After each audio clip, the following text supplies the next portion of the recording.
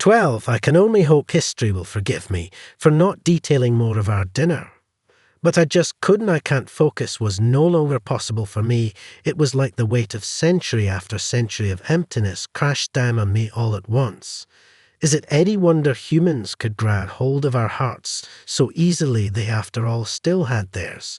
But we for all our power, all our wealth, all our material means, could not even do this sit down with people who cared about us and enjoy something prepared by someone with a passion for their craft, beyond just making it efficiency, or even endurance, isn't the height of quality. I once believed it to be. I was wrong, we were wrong. And as minutes were born and died in my mind, I was replaying all the missed opportunities in our history, and in my whole life up until my arrival on Earth. This is where I believe my professor was wrong, at least in part. It wasn't just that humans could teach us the meaning and power of family. It was that they had ordered their society in such a way as to let people give meaning to their very lives, or at least they were trying to. Our wartime way of life never returned to being peacetime. And if I were to make a guess as to when would change if nothing imposed that change, well, to borrow an old human phrase, it would happen right around the 15th of Never or the 30th of February. Whichever came first by the time I paid the charge, and we stood up from the table. I was well and truly resolved to assisting Ba with what she asked for, and whether she liked me or not, there was no way I was going to turn her in, though I doubt she believed me when I said that. Where are you staying tonight? I asked her. When the family stood up. There's a bridge I saw that isn't too far from your home. One night outdoors won't hurt, Bao replied, only for William to speak up. Absolutely not. You're Bailey's sister. We're not going to let you stay under a bridge, he answered, and then added, we have a perfectly good couch sleep there. Maybe we can do a movie night, or something. Movie night? That sounds vaguely familiar, I said, and glanced at my sister, then at Bosun, then at Bonnie Red. She was the only one to know.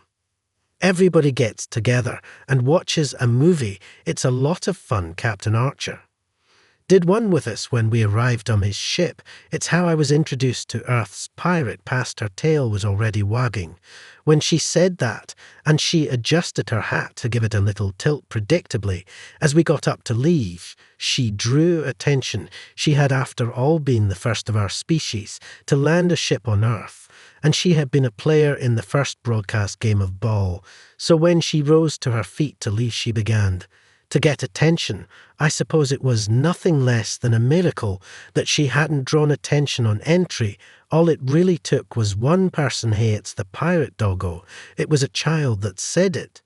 And all I really wanted was to get out of there before it got chaotic. I still wasn't fond of big crowds. The restaurant was one thing, being suddenly crowded by a bunch of people was another, and I knew what was coming. I had seen human films. After all, it still galls me centuries later that what I realized that evening hadn't occurred to me before it did, but at that moment it was time to go. I think Bonnie recognized my anxiety, though I hadn't the will to ask her. It didn't really matter if she did it for my sake, or just because she did like the attention. She stood aside and slipped into her pirate voice. I'd it be me land. Oh, and lass, do you fancy an autograph? Sign your shirt, or would you like a selfie? With a supple motion she waved us toward the door as people began to close in around her. Selfie, please. Oh, and can you also sign my shirt? The girl asked. And Bonnie did her imitation of a human laugh. Greedy as a pirate you are, lass, a girl after me own heart. I'd reached the exit by then and missed whatever else was said. I got out ahead of the rest of them, strangely, but didn't hurry as much as I did, which isn't to say she was slow, but rather that she didn't have the same haste as myself. It's hard not to feel like a coward in moments like that when everyone else is fine and I can barely keep my head on straight. The walkers assured me that I wasn't, and I'm grateful to them for everything, but it's hard not to feel like a coward when you're the only one anxious and everyone else seems to think nothing is wrong at all. Cowardice is hardest of all on the cowards themselves. I suppose. B spoke up as the door closed behind Sen, who was the last to leave the restaurant. Will She be all right alone, nobody answered. B seemed to realize what she'd asked, and brought her hand up to her snout, looked down at the ground, and dragged her thumb and forefinger down to the tip of her nose with a sigh that was a profoundly stupid question, and as far as I'm concerned, I never asked it. Agreed. We said at once I fully expected her to show up early the next morning hungover, and vowing to drink even more next time.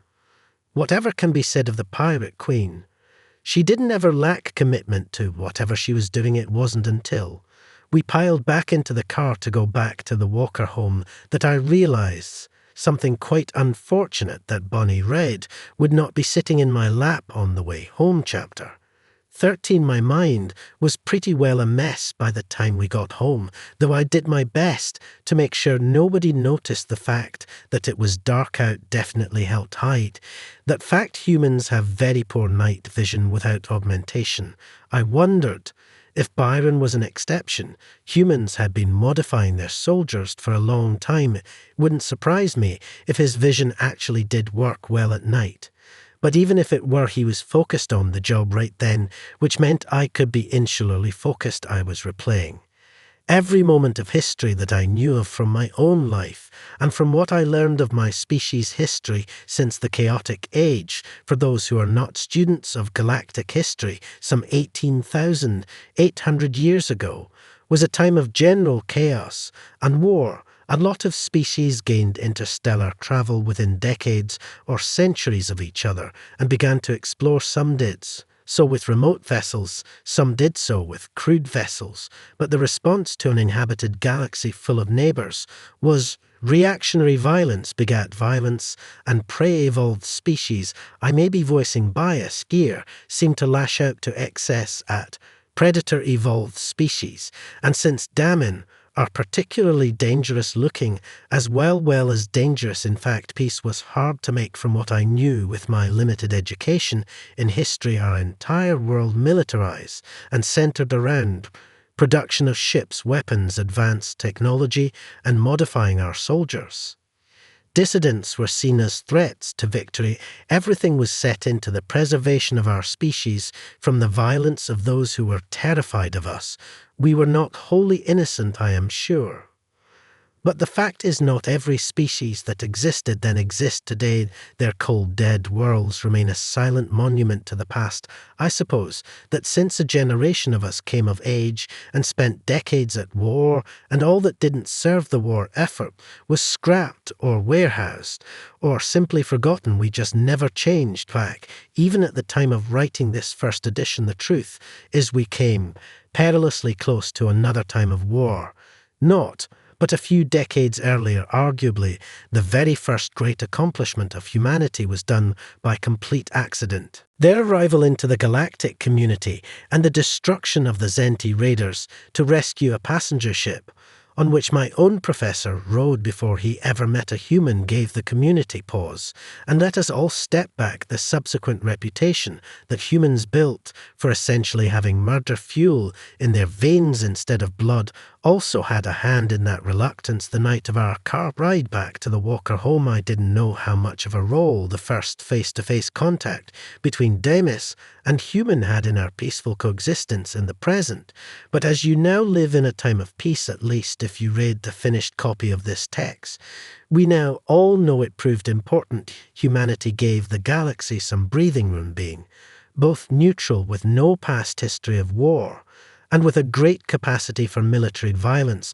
By the time we reached what I happily call home, I was convinced of one thing in particular. It was time for us to open up, to draw back from our stiff ways of self-defeating misery and struggle to just be productive until we die. It was time for us to live again, and not just us, but all our species that lived in the shadow of wars and rumors of wars whispered in the halls of governments throughout the void. And I believed one more thing: if I could help Bao, if I could get Demis to undertake an act of goodwill without an eye toward profit, to genuinely assist a group of humans living in fear, and in want that the Earth government would put their feet firmly on the path to a true and formal alliance, humans show their generosity of spirit first, and both trust and affection flowed from that. So it was with Peril his giving toward the Walker House, and his grandfatherly view of young Foso. It was with Bion who bonded with Boson, giving him the first good time he probably ever had bow. Though wasn't thinking on such a grand scale, I was sure of that much. She was looking out the window, the whole drive back in the direction of the ruins of Chicago. I believe she was thinking of her humans, nothing more I know, because if it were the Walkers and I were in her place, I would be thinking the same. She was coming to me for help, but I believed there was far more possible than she realized, and I was going to make that happen. Further reflection on that note was briefly set aside as my datapad buzzed. While we were walking up the steps toward the house, "What is it?" Fo asked. She was trying to keep the anxiousness out of her voice, but even with everything settled and my stay on Earth assured, I know she was worried about the other shoe dropping. I could hardly blame her. Every time it seemed like all was well, something else went wrong. Besides, she didn't really have a good grasp on Demis and political structure. Once the university had issued its judgment, going back on it would make the entire school look wishy-washy and weak to planet that is not used to second-guessing itself or its policies. Offending my home planet by raising the same issue twice after it was settled with them once simply was not going to happen, not unless I did something stupid, perhaps assisting my fugitive sister, instead of turning her in for a very serious crime of illegal immigration assistance, while also having a hand in the illegal migration of Daman athletes. Would count? No, there is no perhaps. It would count. It did count.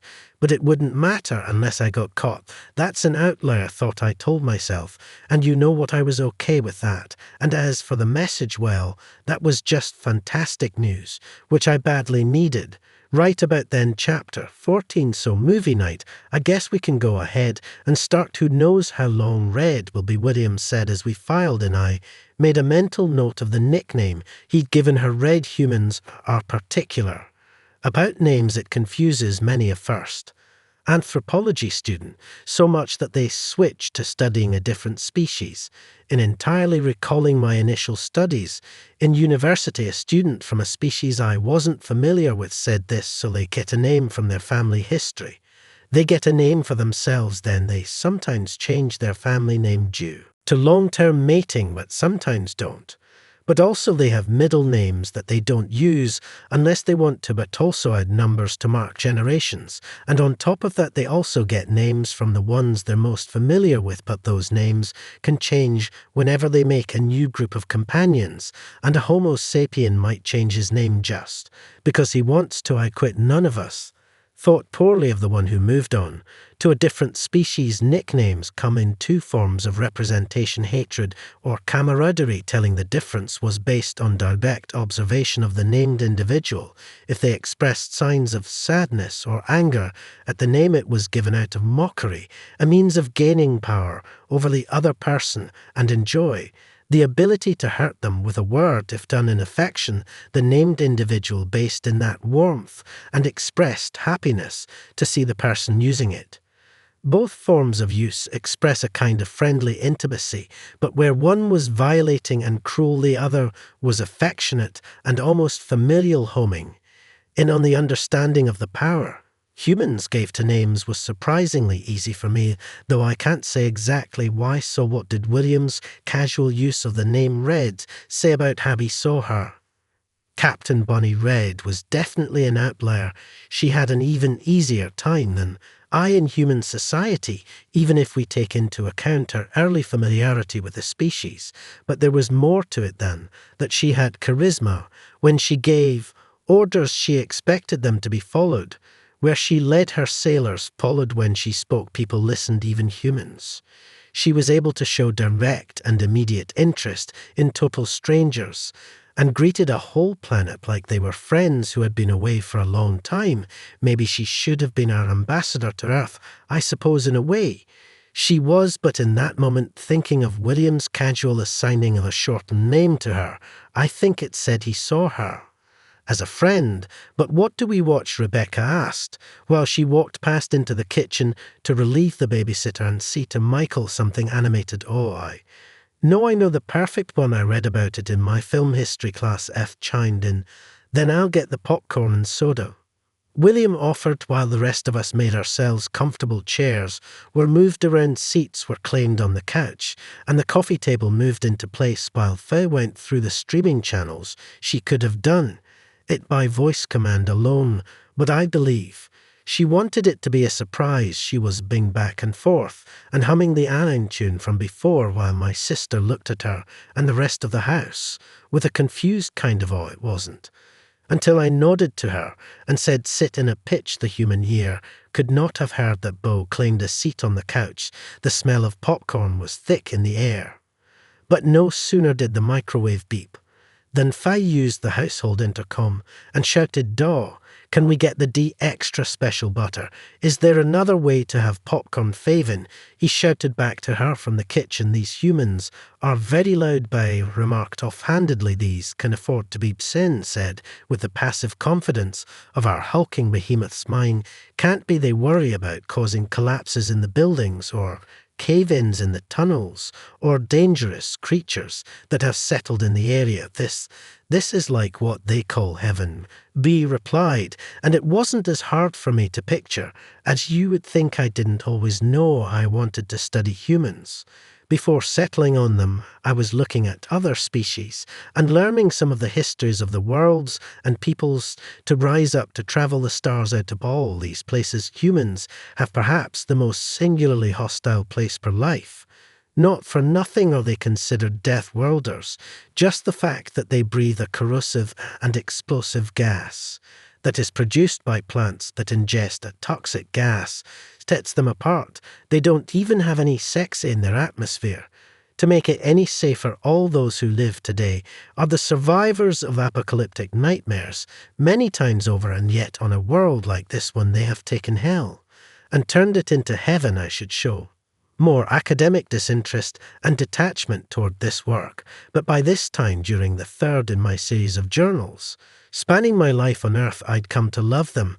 I cannot be as indifferent as I should be, and that too is why I was willing to help Beau when she asked. The microwave beeped a second time and my ears flicked as I heard William and Rebecca walk toward the social space they referred to as a living room, and the smell of popcorn grew even greater, rivaled only by the fragrant scent of melted butter, what Fur referred to as "Dad, you extra special butter," turned out to be buttered popcorn on which more butter had been poured after melting it, thus adding fresh, moist, heated butter to the already butter-flavoured popcorn. It made some popcorn pieces shrivel up. It had others cluster together around a less than completely melted bit of butter that was poured a little too soon into the oversized white bowl. It was a mess and would make our fur sticky as could be, and it smelled delicious and had all of us salivating. Here we go, a 20th century retelling of the Hunchback of Notre Dame. Faux proclaimed that's not tram. Rebecca corrected her daughter. "I said what I said, Mom," Faux retorted with a smug look that said, "I'm taunting you, and you can't get mad teenagers," Rebecca muttered as the movie played. Beau listened to that in silent curiosity and watched the animated film with the utmost interest. If my world had any history of animated films in its distant past, I didn't know of it. While the principles of animation were easy to understand, fast-moving still pictures created an optical illusion. The artistry and process of using it for storytelling was not something I knew of outside of Earthbar, could not look away from it, nor could Boson, and neither could I. However, the impact of it on Ba was not completely obvious to me until we listened to the character of Esmeralda singing "God Help the Outcasts" begging for help that was not forthcoming. It was times like that in which I wished my species had the capacity to shed tears.